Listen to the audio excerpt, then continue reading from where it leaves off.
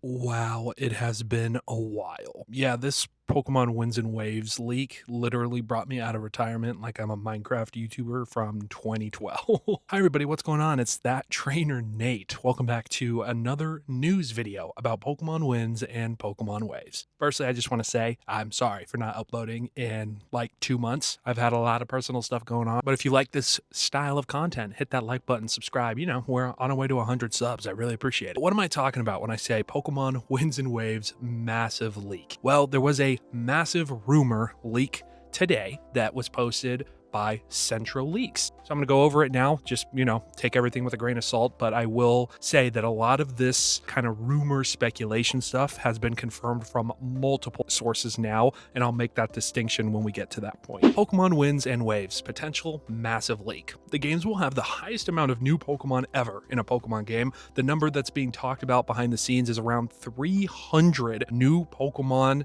or forms, and the new battle mechanic will introduce special weather forms for some Pokemon. Think kind of like in the Mega realm or Gigantamax realm. Now, that was the first tweet that Centro posted, which, it obviously is a lot to unpack there with the whole 300 new Pokemon thing, but then there was even more news that came out. So potentially, this is via Billy, who is a notorious leaker. It's been described, the game, Gen 10, as an MMO light with a lot of focus on communication features. It will follow a similar structure to Scarlet and Violet, having 3 main stories, which I think is good because that was probably the best part about Scarlet and Violet. The idea for this generation is to be the most personable yet. Remember all new Pokemon, to know them, to feel closer to them, which I think makes sense with the whole island theme. It was very similar when Alola happened, if anybody here is old enough to remember that. Even if the game's scope already got reduced a lot since the initial pitch, it was still very ambitious, according to a lot of the leakers. Now, some more kind of personal Pokemon stuff. Apparently, Psyduck is rumored to be getting a new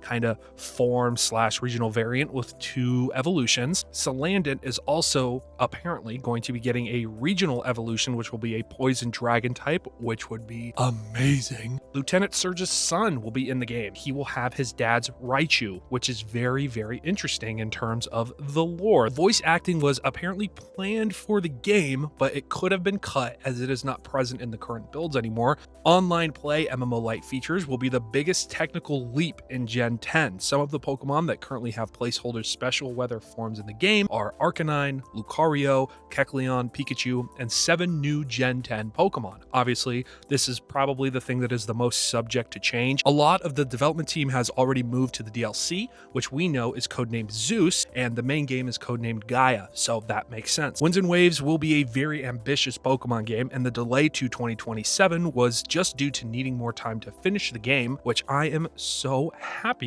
that they've done. And then Centro also comes out and says an important note is that the only aspect we've been able to confirm with multiple sources and have heard independently is about the number of around 300 new Pokemon placeholders, which is crazy. So Central's basically saying that out of everything that they said in this new rumor kind of leak mill that they binged on today, the strongest point is that we are looking at quite possibly the biggest amount of Pokemon ever added to the game, being 300 plus new forms. This to me is insane. When I first heard this, I was thinking maybe it was a mistranslation. I really hope that this game goes the black and white route where they just say, hey, look, we get that you like the older Pokemon, but this region is very vast.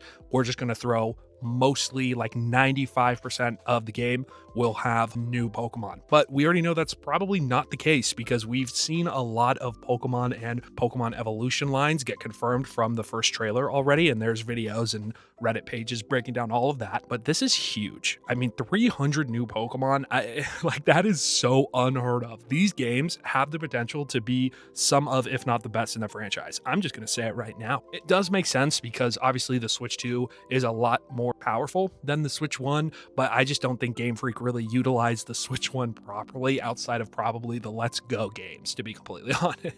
But I mean, man, if people are already mad that we have like a chandelier and an ice cream Pokemon, we got to get a cheeseburger, right? Or like a Philly cheesesteak or a full-ass train or something. I'm really excited for Pokemon Winds and Waves. I think that this game truly does have the potential to be one of my favorites in the franchise. I've been playing Pokemon forever, as you guys know from the channel. I'm love, love, love island-themed games and things that take place around oceans and beaches. I grew up around beaches, so for me, this is where this game can really have the potential to just explode. The return of the dive mechanic too is something that I've wanted since Omega Ruby and Alpha Sapphire. So I'm so excited for that. I'm going to leave Centro's Twitter in the description down below. Obviously, I put screenshots on the screen, but just in case something happens, I hope I don't get this video taken down. Nintendo, I'm not the one leaking this information. Okay. Yeah, I'm really curious to see how they go about this whole new grouping of Pokemon and what they do with the old, because obviously Dexit was a huge thing with Sword and Shield. It was also a huge thing with Scarlet and Violet, but less people kind of paid attention to it because the game was just so broken at launch. I don't think we're going to have like every single Pokemon in this game. Obviously, that's over 1,000 at this point. But obviously with DLC and things like that, we probably will at some point. But man, the first Switch 2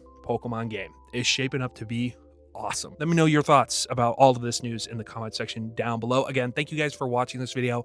I know it's been a while. I'm being quiet too. I'm actually sitting in my closet because my girlfriend is on the phone in the living room. But dedication, man. I promise the next video will not be in 60 days.